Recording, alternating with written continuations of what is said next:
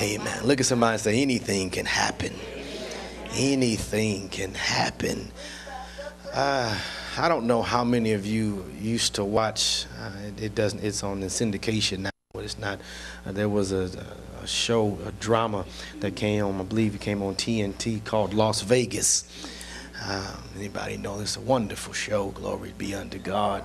But there comes a time in which there was a change in ownership of the Montecito.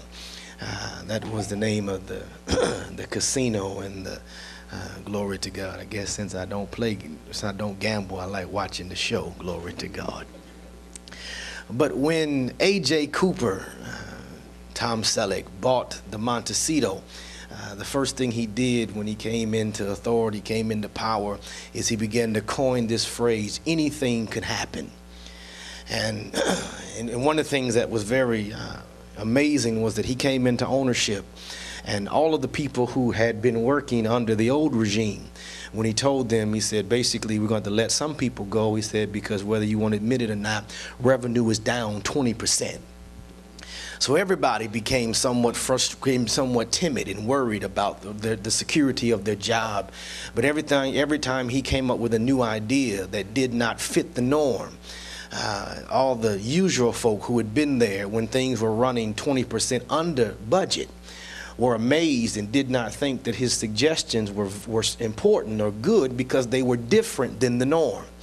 But his response to everything was, anything can happen.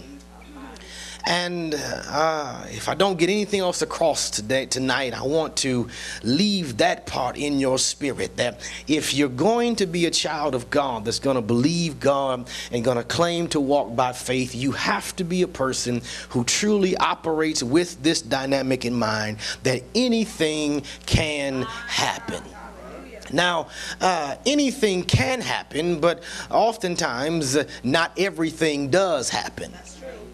And all of us can testify to at least once or twice that we've seen some things not happen the way we thought. Things didn't transpire. But when I think of the reason or the purpose behind things not happening, oftentimes my mind just kept running back for the past several weeks about this issue that begins to keep people from doing the impossible and accomplishing the potential that is within them. It centers upon this thing called fear.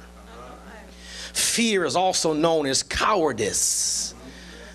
Fear sounds better than to call you a coward, to say you're fearful, but anyone that is fearful really is a coward in that particular area of their life. I know you don't like that, but work with me. I hope to redeem myself before it's all over.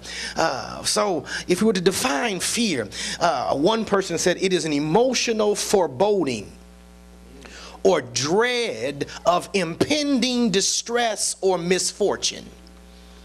See, fear, it is amazing how fear is a powerful entity, but fear is typically what happens before you experience something.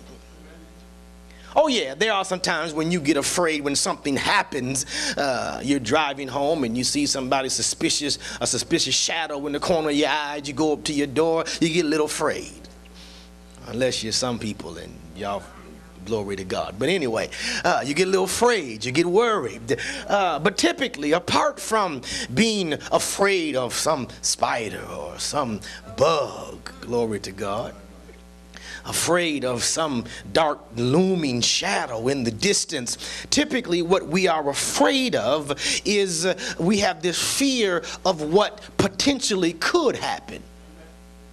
And oftentimes we find this fear begins to be this emotional foreboding, this wallowing over something before it even takes place. And you're wallowing over it, and you have this, you're overtaken by these feelings because there is this dread that there is some impending distress or disaster or misfortune. One particular author defined fear as anxious concern. You're concerned about it, but you're anxious. It's not just, I wonder what will happen. Fear begins to heighten you. It begins to raise your level of awareness and sensitivity.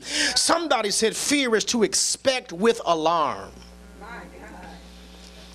You expect things not to go as intended. Why do some people get trapped by fear? Because they look at how things have gone in their lives and they feel as if, based upon my track record, that nothing can go right for me. I expect things to go, all the alarms and bells to go off and the whistles to be going. Somebody else said a fear is aroused by intense concern.